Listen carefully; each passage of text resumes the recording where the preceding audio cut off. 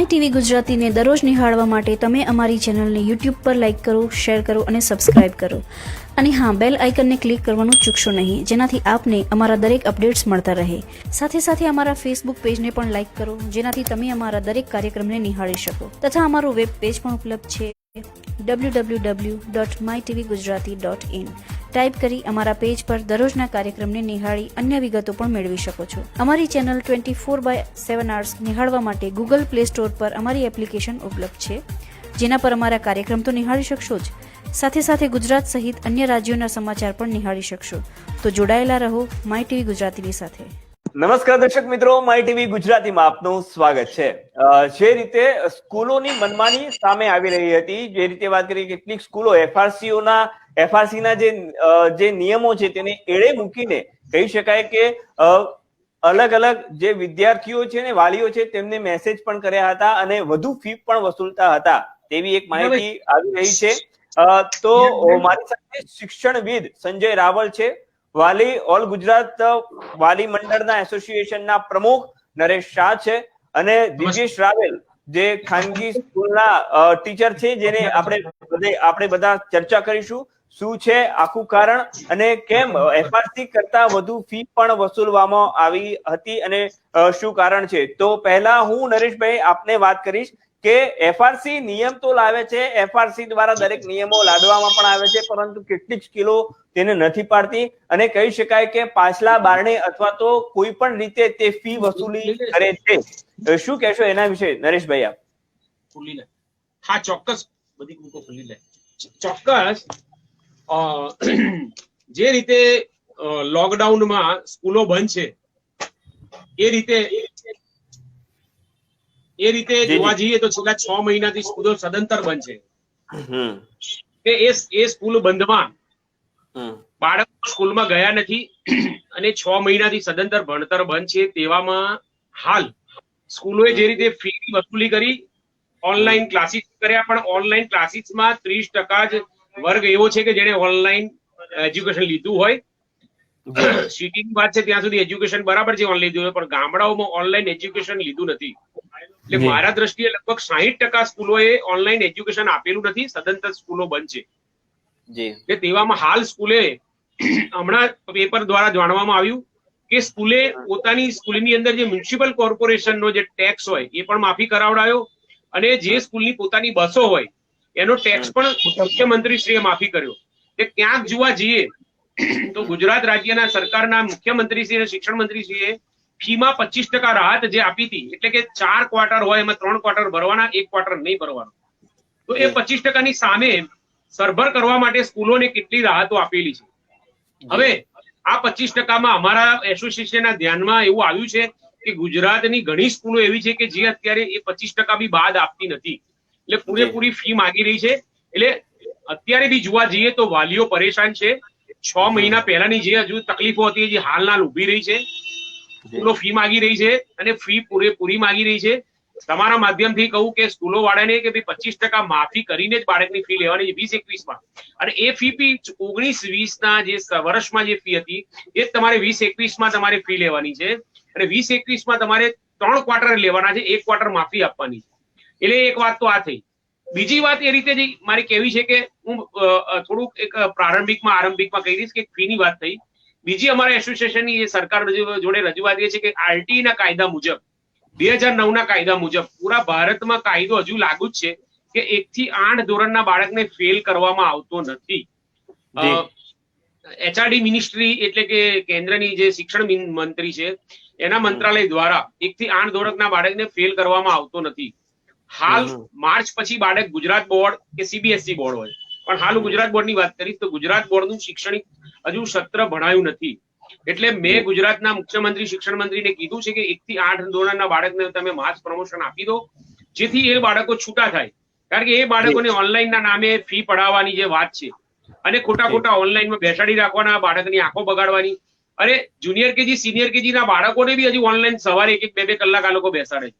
તો એ લોકો છૂટા થાય. અને જેને ગામડામાં જવું હોય, બીજી સ્કૂલમાં ટ્રાન્સફર થવું હોય, સુરત જવું હોય, રાજકોટ જવું હોય, બાળકોને જેની જોબ છે એ લોકોને પોતાને ટ્રાન્સફર થતું હોય, એવા બાળકો છૂટા થાય, વાલીઓ છૂટા થાય. 9, 10 અને 11, 12ની વાત છે તો હું એમાં પડવા નથી માંગતો. સરકારે એની રીતે જે પણ એક્ઝામ લેવી હોય એ એક્ઝામ લઈ શકે છે. એટલે 10 ના 12માની તો એક્ઝામ સરકારે લેવી જ જોઈએ, કારણ કે બ્રાઇટ ફીચર્સ ના જે બાળકો, હોશિયાર બાળકો છે, તો એને એવું ના લઈ જાય કે ભાઈ નબળા બાળકો મારાથી આગળ જઈને પાસ થઈ ગયા. એટલે ફરીથી તમને રિવર્સ કહું છું, 9, 10, 11, 12માં હું પડતો નથી. એ સરકારને જે રીતે એક્ઝામ લેવી હોય લે.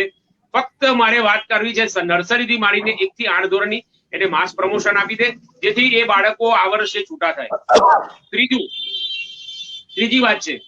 ત્રીજી વાત મારી એ છે કે નવી શૈક્ષણિક નીતિ સરકારે લાવી દેવી જોઈએ. ગયા વર્ષે સીબીએસઈ બોર્ડ ને ગુજરાત બોર્ડ ભેગું કરવાની વાત હતી, પણ કોઈ કારણોસર એ બોર્ડ ભેગું ના થયું.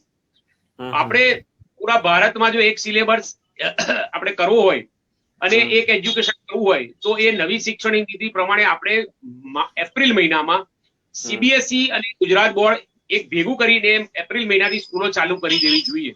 મને લાગે છે કે શિક્ષણ મંત્રી, આપનું માનવું એવું છે નરેશભાઈ કે એપ્રિલ થી બધી આ જે નવી શિક્ષણ નીતિ સાથેની સ્કૂલ ચાલુ કરી દેવી જોઈએ? હા, ગયા વર્ષે કરવાની જ હતી, એટલા માટે કે એનસીઈઆરટી ની બધી જ બુકો હવે ચાલુ થઈ ગઈ ગુજરાતમાં. ટોટલી ગુજરાત બોર્ડ ની બુકો હવે નીકળી જશે. લગભગ બધી એનસીઈઆરટી ની બુક્સો જ ચાલુ થઈ ગઈ છે. તો આપણે ભારતના સક્ષમ બનવું હોય બીજા સ્ટેટના પ્રમાણે, તો આપણે એનસીઈઆરટી ની બુકનો કોર્સ એપ્રિલમાં ચાલુ થાય છે સમગ્ર ભારતમાં. તો હજુ આપણી પાસે સમય છે. એક્ઝામ લેવાનો એ વસ્તુ સાઈડમાં છે, પણ પ્રારંભિક ધોરણે શિક્ષણ મંત્રીએ જો આ મારી ડિબેટ, આપણી ડિબેટના જો ફેસબુક દ્વારા શિક્ષણ મુખ્યમંત્રી જો સદા સાંભળતા હોય તો મારી એક ઓલ ગુજરાત વાલી મંડળ તરફથી રજૂઆત છે કે ક્યાં સુધી આપણે ખેંચીશું. આ જ વર્ષે તમે એપ્રિલ થી સીબીએસઈ અને ગુજરાત બોર્ડ ભેગું કરી અને આપણે એનસીઈઆરટી ની બુક્સ પ્રમાણે, એનસીઈઆરટી ના કોર્સ પ્રમાણે, ભારત પ્રમાણે સક્ષમ પ્રમાણે આપણો કોર્સ કરીને રીતે સ્કૂલ ચાલુ કરી દઈએ, તો માનું છું કે આપણા બાળકો દિલ્હી, મહારાષ્ટ્ર, રાજસ્થાન, હરિયાણા, પંજાબ જવું હોય અને પોતાનું ટ્રાન્સફર સ્કૂલનું કરવું હોય તો આપણા બાળકને કોઈ વાંધો નહીં આવે.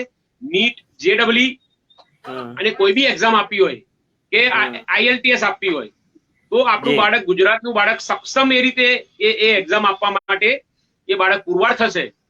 એટલે આજની ડિબેટમાં કન્ક્લુઝન મારું એક જ છે કે શિક્ષણ મુખ્યમંત્રી પોતાના હાથમાં લઈ લે.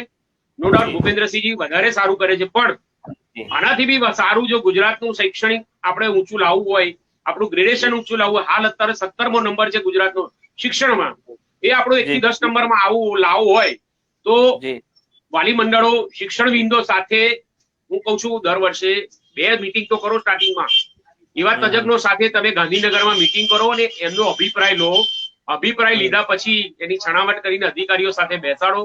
ગુજરાત પાઠ્યપુસ્તક મંડળમાં બી ઘણી આપણે ચેન્જીસ કરવાની જરૂર છે. જીસીઆરટી કે જે હવે જીસીઆરટી તો નીકળી જશે, કારણ કે ગુજરાત બોર્ડની જે બુક્સ છે જીસીઆરટી લગતી હતી, પણ હવે તો એનસીઈઆરટી આવી ગયું, જીસીઆરટી ની હવે કોઈ એનું બહુ મૂલ્ય લયું નથી. એટલે આપના માધ્યમથી મારે એક જ વસ્તુ સરકારના કોઈ બી મિનિસ્ટર સાંભળતા હોય તો આરોગ્ય અને શિક્ષણને આપણે 2021-22 નું વર્ષ બનાવી દઈએ. ગુજરાતનું વર્ષ 2020-21 અને 21-22 નું આ આપણે આરોગ્ય અને શિક્ષણ વર્ષ તરીકે જાહેર કરી સંજયભાઈ રાવલ જેવા, દિવ્યેશભાઈ રાવલ જે બેઠા છે, વિજ્ઞાન છે, ઓલ ગુજરાત વાલી મંડળ તરીકે અમે છીએ અને બીજા કેટલાય મહાનુભાવો છે, તજજ્ઞો શિક્ષણના છે, આ લોકોને બોલાવીને આપણે આરોગ્ય ડોક્ટરોને સારા બોલાવો, આરોગ્ય ક્ષેત્રે કરશે તો 2021 ને 21-22 ના 2 વર્ષને આપણે આરોગ્ય અને શિક્ષણ આ બેનું વર્ષ જાહેર કરી અને એમાં અમૂલ્ય ફેરફાર લાવીશું તો હું માનું છું કે ગુજરાતમાં શિક્ષણમાં એક બહુ મોટો ફેરફાર આવશે. બિલકુલ, એટલે સૌથી મોટી વાત છે જે રીતે નરેશભાઈ શાહે વાત કરી કે પહેલા તો જે પ્રમાણે કહી શકાય કે ખાસ કરીને શિક્ષણની અંદર ફેરફાર કરવો જોઈએ. જે નવી શિક્ષણ પદ્ધતિ આવી છે તે જેમ બને એમ જલ્દી લાદવી જોઈએ. સાથે 1 થી 8 ધોરણના જે બાળકો છે તેમને માસ પ્રમોશન આપવું જોઈએ. દિવેશ રાવલ, આપ શું કહેશો? આપ એક શિક્ષક પણ છો, ત્યારે આપ શું કહેશો? જેમ નરેશભાઈએ કીધું કે સરકારે તો કહી દીધું છે કે 1 થી 8 અને 11મું ધોરણ જે છે એને માસ પ્રમોશન તમે આપી દો, બરાબર છે. પણ અત્યારે કેવું છે કે જેમ નરેશભાઈ સૌથી પહેલા વાત કરી કે ઘણી બધી સ્કૂલો કે એમને કીધું કે 60% આસપાસ સ્કૂલો એજ્યુકેશન નથી આપતી અને ફીસ લે છે, જે 25% જે આપવાની હતી એની જગ્યાએ માફી નથી આપતી. હોઈ શકે, હું એમની વાત ના નથી પાડતો કે અમુક સ્કૂલો હોય કે જે આવું કરી શકે છે, પણ બધી સ્કૂલો મારા ખ્યાલ મુજબ નથી કરતી. અમુક સ્કૂલો હશે એવી રીતે.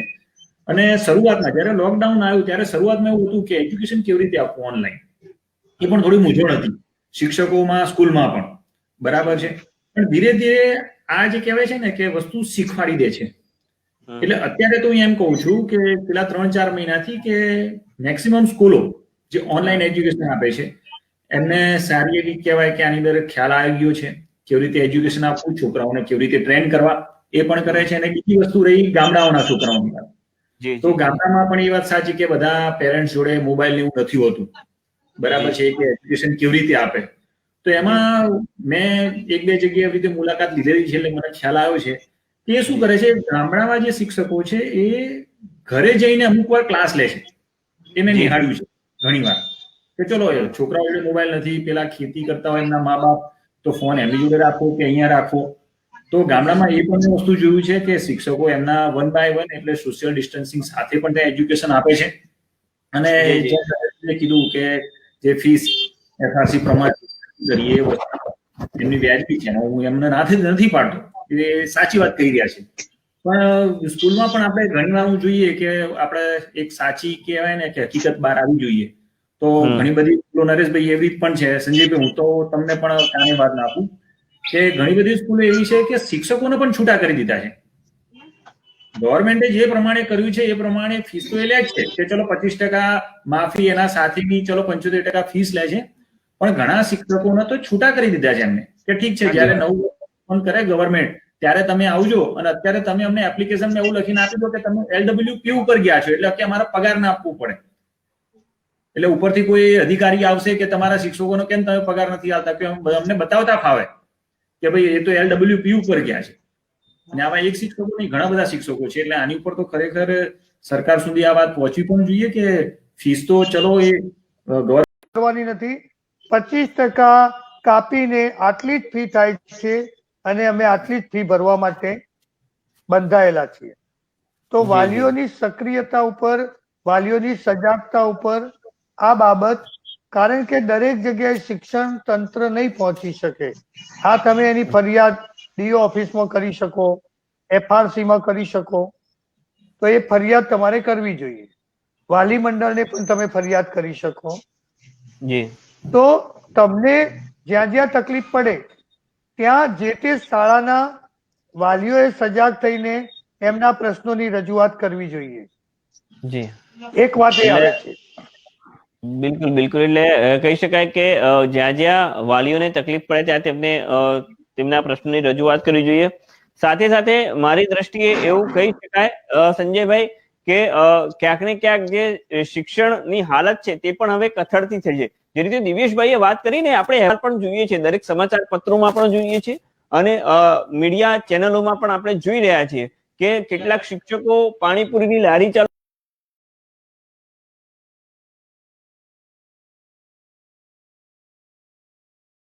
એટલા માટે થાય છે કે જે તે સ્કૂલનું શિક્ષકનું શોષણ એટલા માટે થાય છે કે શિક્ષક સજાગ નથી અથવા જાગૃત નથી. તો જ્યાં વ્યક્તિગત શોષણ થાય છે શિક્ષકોનું, દાખલા તરીકે એને છૂટા કરવામાં આવે છે અથવા એને પગાર આપવામાં આવતો નથી, તો એ સ્કૂલની બાબત અથવા વ્યક્તિગત બાબત થઈ જાય છે. કારણ કે તમે સેલ્ફ ફાઇનાન્સ સ્કૂલોમાં બાળકને મૂકો છો તો એટલું યાદ રાખવાનું કે તમે એવી શાળામાં.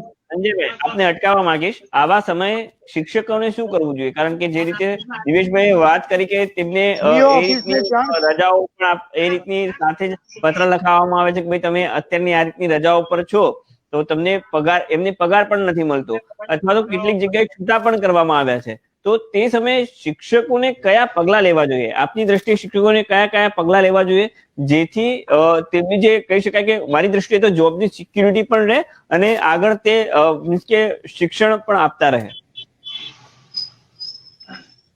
જે તે શિક્ષકે મેનેજમેન્ટને રજૂઆત કરવી જોઈએ અને માગણી કરવી જોઈએ, કારણ કે આ વ્યક્તિગત શોષણ છે અને જે તે સ્કૂલનો પ્રશ્ન છે. જો શિક્ષક વધારે બોલ્ડ હોય તો એને DO ઓફિસમાં રજૂઆત કરવી જોઈએ. જો એ પ્રોફાઇલ પર કામ કરતા હોય તો ડીઓ ને પણ જાણ કરી શકે, શિક્ષણ વિભાગને પણ જાણ કરી શકે, FRC ને પણ જાણ કરી શકે.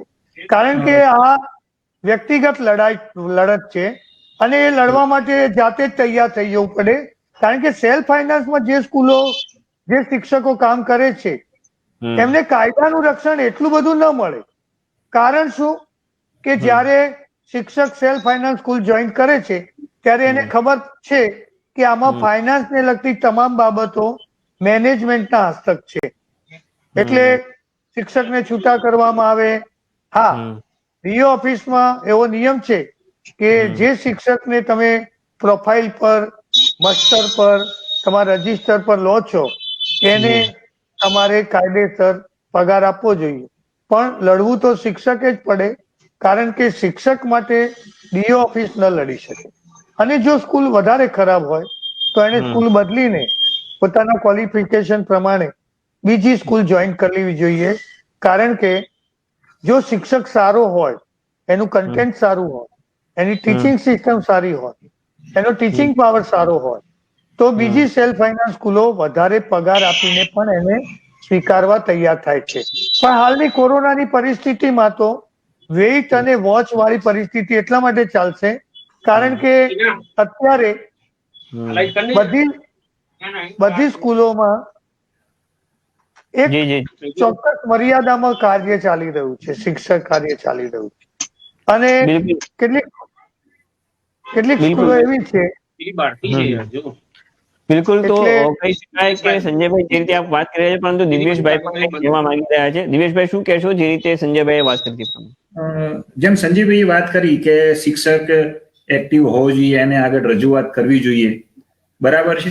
પણ આ બધી રજૂઆત કરવા છતાં, ડીઓને ખબર હોવા છતાં પણ, બરાબર છે, આનું કંઈ એટલું સોલ્યુશન નથી આવતું. મારા માનવા પ્રમાણે, હું મારા પર્સનલ માનવા પ્રમાણે અત્યારે આજે છેલ્લી 1 વર્ષ છે, 40% સ્કૂલો એવી છે, 40 થી 50% સ્કૂલો એવી છે કે જે શિક્ષકોનો પગાર પૂરતો નથી આપતી.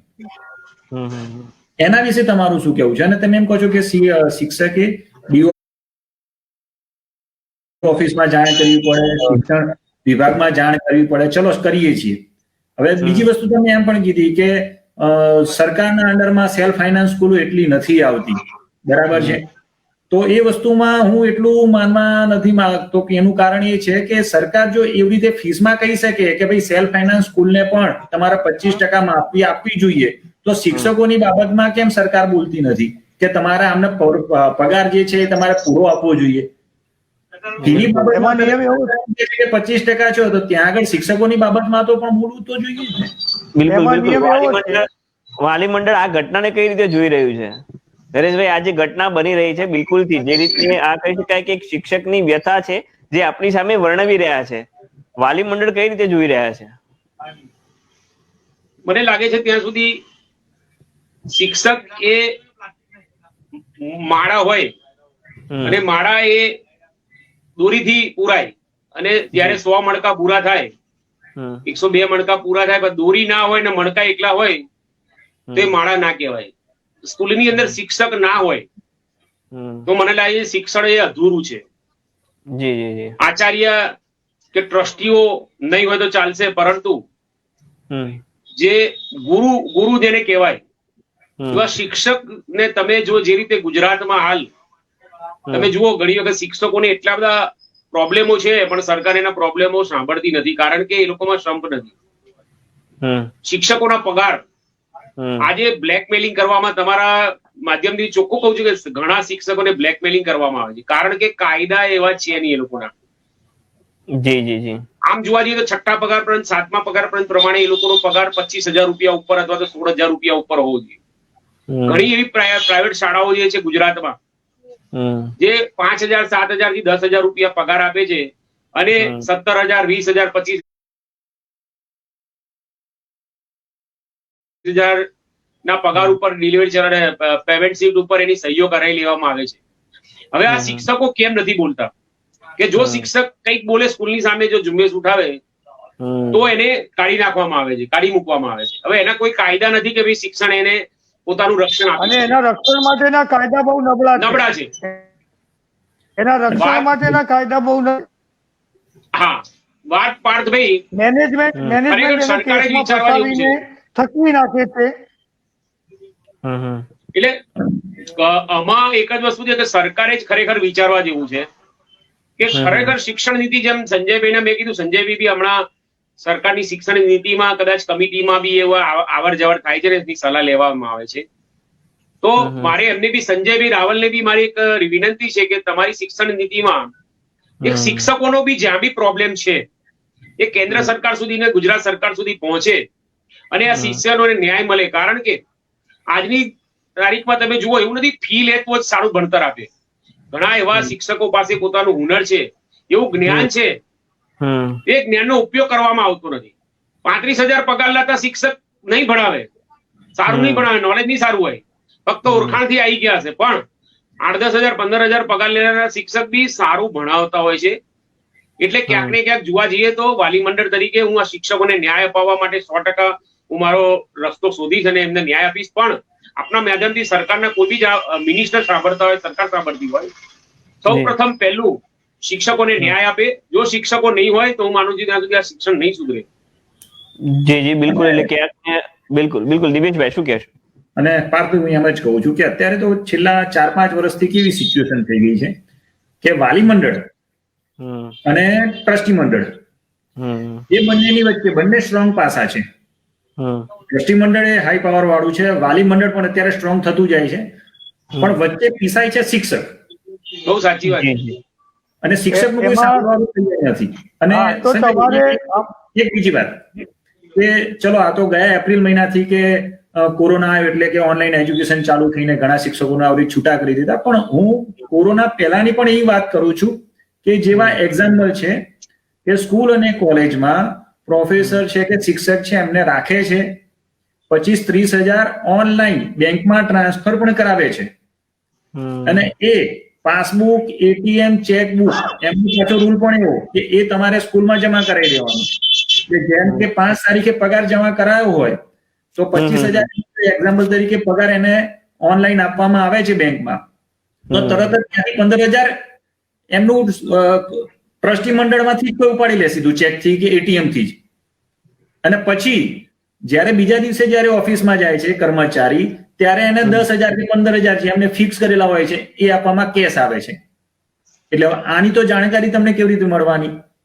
જો કોઈ સ્કૂલ સામે તમે એલિગેશન કરો છો તો એ તો કે અમે તો આ તારીખે પગાર તમારા જમા કરાયો છે, હવે એ 25,000 ત્યાંથી ઉપાડી લે છે, તો એમાં અમારો શું વાંક? હવે આ વસ્તુમાં શિક્ષક ક્યાં દબાય છે? બિલકુલ. એટલે બિલકુલથી એક મોટી ઘટના કહી શકાય. નરેશભાઈ શું કહેશો? કંઈક એમને જે રીતે વાત કરી, આખો ચેક કહી શકાય કે જે રીતના પૈસા ટ્રસ્ટીના પેલામાં જઈ રહ્યા છે અને પછી તેને પગાર આટલો ઓછો આપવામાં આવે છે. આપની વાત મેં તમને પહેલા જ કીધી, શિક્ષણનું શોષણ છે, ટીચરોનું શોષણ છે, વાલીઓનું શોષણ છે. આ ગુજરાત સરકારમાં ટોટલી શોષણ ઉપર જ આ શિક્ષણ છે. અને અધિકારીઓ માલામાલ છે, આઈએસ ઓફિસરો માલામાલ છે. કાલે જ મારા ધ્યાનમાં એક આવ્યું છે કે સર્વ શિક્ષા અભિયાનમાં 25 કરોડ રૂપિયાની પુસ્તકો વગર ટેન્ડરે આઈએસ ઓફિસરે ખરીદી લીધી. એટલે આવા કેટલાય કૌભાંડો શિક્ષણમાં પુષ્કળ થયેલા છે. ગુજરાત પાઠ્ય પુસ્તક મંડળમાં બી 2 વર્ષ પહેલા આખી ટ્રક વેચાઈ ગઈ હતી સૌરાષ્ટ્રમાં ચોપડીઓની. અને હવે ડમી રાઇટર કાર્ડ બી થયું હતું ને સારા વગદાર વાલીઓના છોકરાઓને ખોટા બાળકો બેસાડીને પાસ કરવાના બી કૌભાંડો હતા. કઈક શિક્ષણોના કૌભાંડો આવેલા છે. એટલે શિક્ષણમાં કૌભાંડ પહેલેથી ચાલતું આવ્યું છે. અને એમાં પીસાતા બિચારા આવા શિક્ષકો હોય કે ટ્રસ્ટીઓ હોય કે આચાર્યો હોય, અને આ બધામાં શિક્ષકો અને વિદ્યાર્થીઓ આ બંને બિચારા તેમની કહી શકાય કે જીવન જે રીતે બધું હોય છે. શિક્ષક તો બિલકુલથી જે ભણાવે છે, પરંતુ વિદ્યાર્થી જેનાથી સિંચાય છે, જે વિદ્યાર્થી તેને શિક્ષણથી તેને સિંચવાનો છે, કદાચ ત્યાં જ શોષણ થતું હોય શિક્ષકોનું, તો ત્યાં વિદ્યાર્થી અને શિક્ષણનું પણ જો શોષણ થતું હોય તો બિલકુલથી આગળ વિદ્યાર્થી પણ શું કરી શકશે? તે એક પ્રશ્ન છે. પાર્થભાઈ એક વાત થોડી પૂરી કરું કે શિક્ષક બિચારો ક્યાં પીસાય છે? ગવર્મેન્ટની ગ્રાન્ટેડ શાળામાં કોર્પોરેશનનું ઇલેક્શન આવે કે આધાર કાર્ડની ઇન્કવાયરી આવે કે એની ફોર્મ ભરવાના આવે.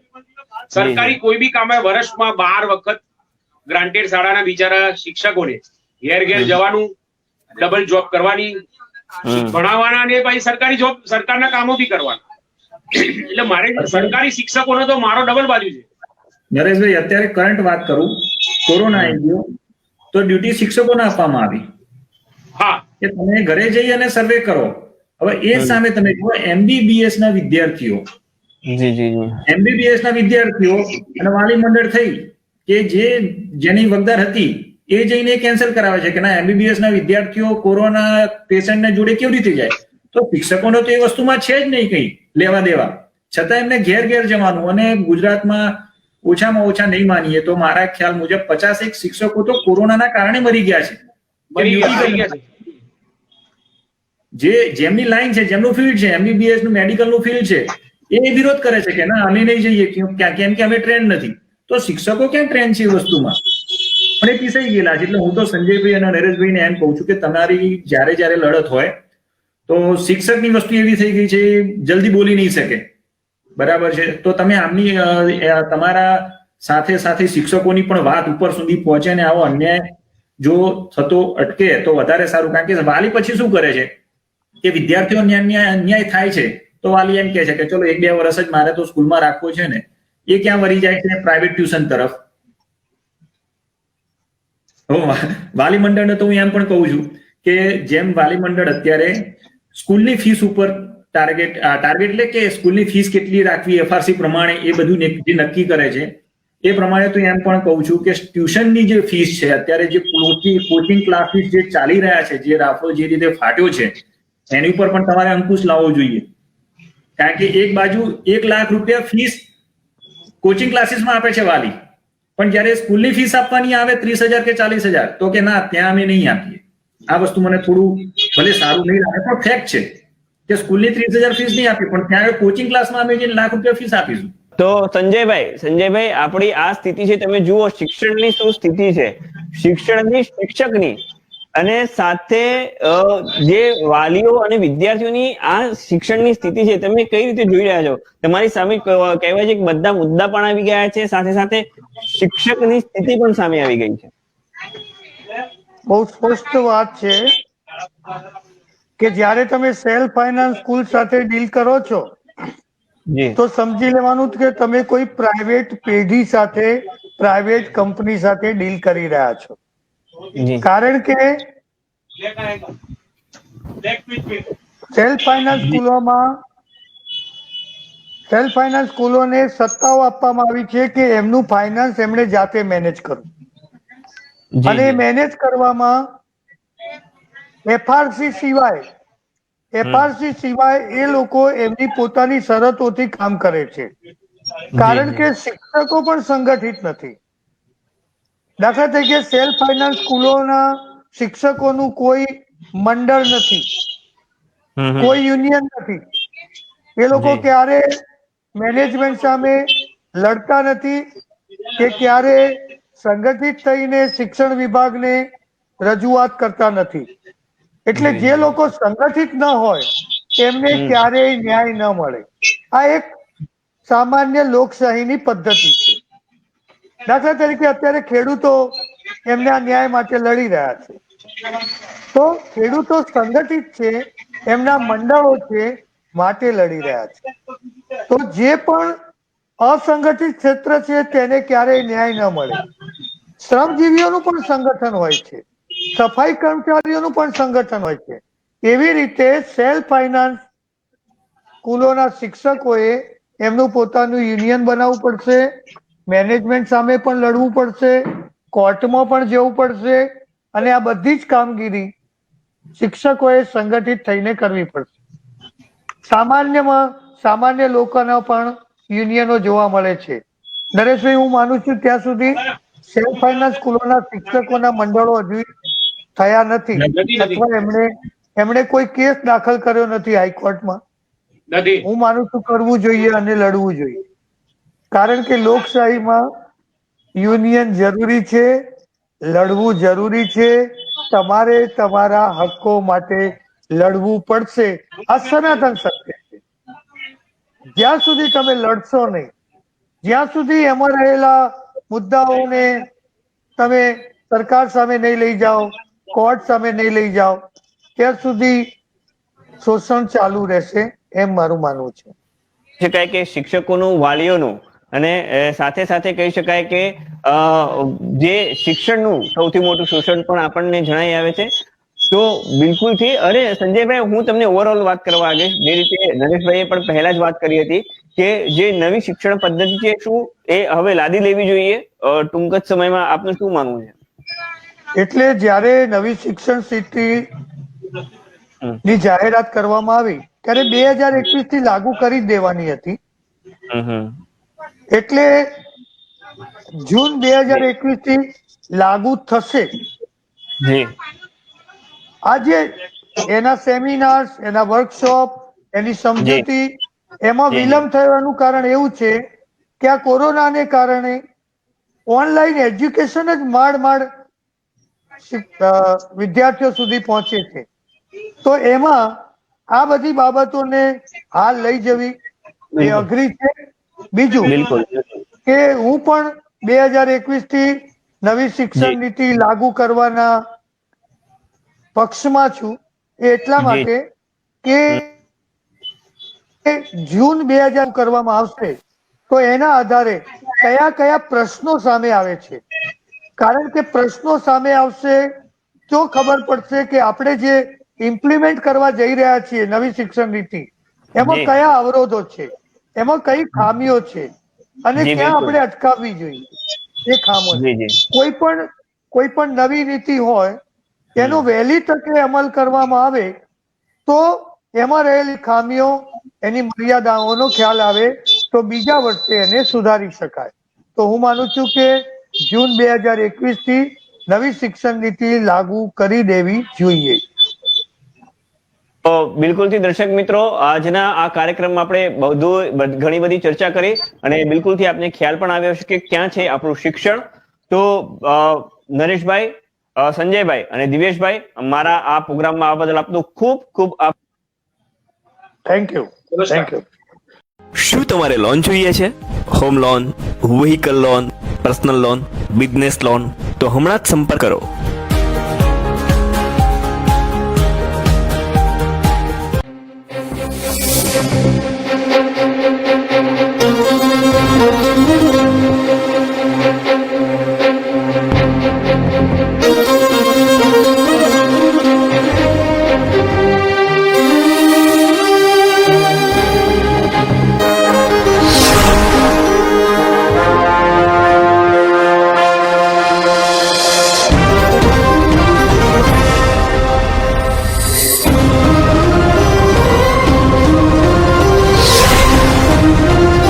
માય ટીવી ગુજરાતીને દરરોજ નિહાળવા માટે તમે અમારી ચેનલને યુટ્યુબ પર લાઇક કરો, શેર કરો અને સબસ્ક્રાઇબ કરો.